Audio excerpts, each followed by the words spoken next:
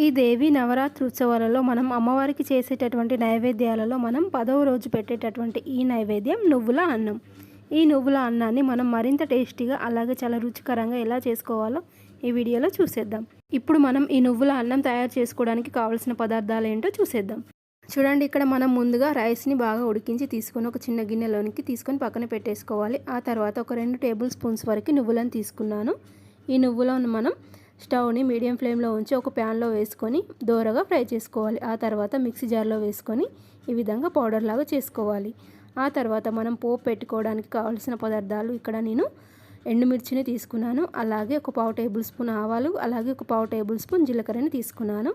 అలాగే ఇక్కడ మనం పోపు పెట్టుకోవడానికి కావాల్సినటువంటి పచ్చిమిర్చి ముక్కలను ఈ విధంగా చిన్న చిన్నగా కట్ చేసుకొని తీసుకోవాలి. అలాగే కొంచెం కరివేపాకు తీసుకున్నాను. అలాగే ఒక 1 టేబుల్ స్పూన్ వరకు శనగపప్పు, అలాగే ఒక 1/2 టేబుల్ స్పూన్ వరకు మినపప్పును కూడా తీసుకున్నాను. ఇప్పుడు స్టవ్ ఆన్ చేసి ఒక చిన్న గిన్నె పెట్టుకోవాలి. ఇందులోనికి నేను పల్లి నూనెను వేసి ఇక్కడ ప్రసాదాన్ని ప్రిపేర్ చేస్తున్నాను. మీరు కావాలంటే నెయ్యి కూడా వేసుకోవచ్చు. మనం ప్రసాదాన్ని ప్రిపేర్ చేస్తున్నాం కాబట్టి నెయ్యి వేసి చేస్తేనే ఇంకా బాగుంటుంది. ఇక్కడ నేను ఆయిల్ అనేది కొంచెం హీట్ అయిన తర్వాత మనం ఇక్కడ ఒక 1/2 టేబుల్ స్పూన్ వరకు మినపప్పు, అలాగే ఒక 1/2 టేబుల్ స్పూన్ వరకు శనగపప్పు, అలాగే ఒక 1/2 టేబుల్ స్పూన్ జీలకర్ర, అలాగే కొద్దిగా ఎండుమిర్చి, అలాగే సన్నగా తరిగినటువంటి పచ్చిమిర్చి ముక్కల్ని మనం ఇందులోనికి వేసుకోవాలి.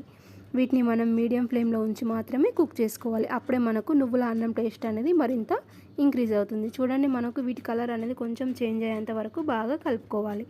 ఇక్కడ మనం ఈ రైస్లో పసుపు వేయడం ఏమీ అవసరం లేదు.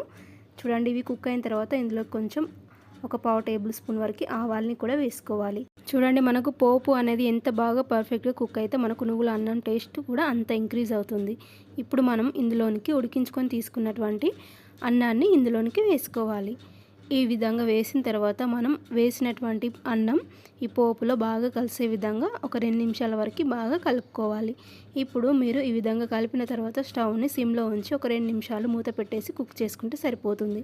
ఇప్పుడు పైనుంచి కొంచెం నువ్వుల పొడిని మనం పౌడర్ చేసి తీసుకున్నాం కదా, ఇందులోనికి వేసుకొని ఒకసారి బాగా కలుపుకోవాలి. ఆ తర్వాత టేస్ట్కి సరిపడినంత సాల్ట్ని కూడా నేను ఇక్కడ ఒక 1/2 టేబుల్ స్పూన్ వరకు వేసాను. మీ టేస్ట్కి సరిపడినంత సాల్ట్ని మీకు రైస్కి తగినంత మీరు వేసుకుంటే సరిపోతుంది. చూసారు కదా, ఎంతో సింపుల్గా చేసుకునేటటువంటి ఈ నువ్వుల అన్నాన్ని మనం దుర్గాదేవికి నవరాత్రి ఉత్సవాలలో మనం 10వ రోజు నైవేద్యంగా సమర్పిస్తాము. కాబట్టి మీరు కూడా తప్పకుండా చాలా సింపుల్గా చేసేటటువంటి ఈ రెసిపీని మీరు ఇంట్లో ట్రై చేసి అమ్మవారికి నైవేద్యంగా సమర్పించండి. అలాగే నేను చేసిన ఈ రెసిపీ కనుక మీకు నచ్చినట్లయితే ఈ వీడియోకి తప్పకుండా ఒక లైక్ చేయండి. అలాగే మీలో ఎవరైనా మన ఛానల్ని మొదటిసారిగా చూస్తున్నట్లయితే మన ఛానల్ని తప్పకుండా సబ్స్క్రైబ్ చేసుకోవడం మాత్రం మర్చిపోకండి.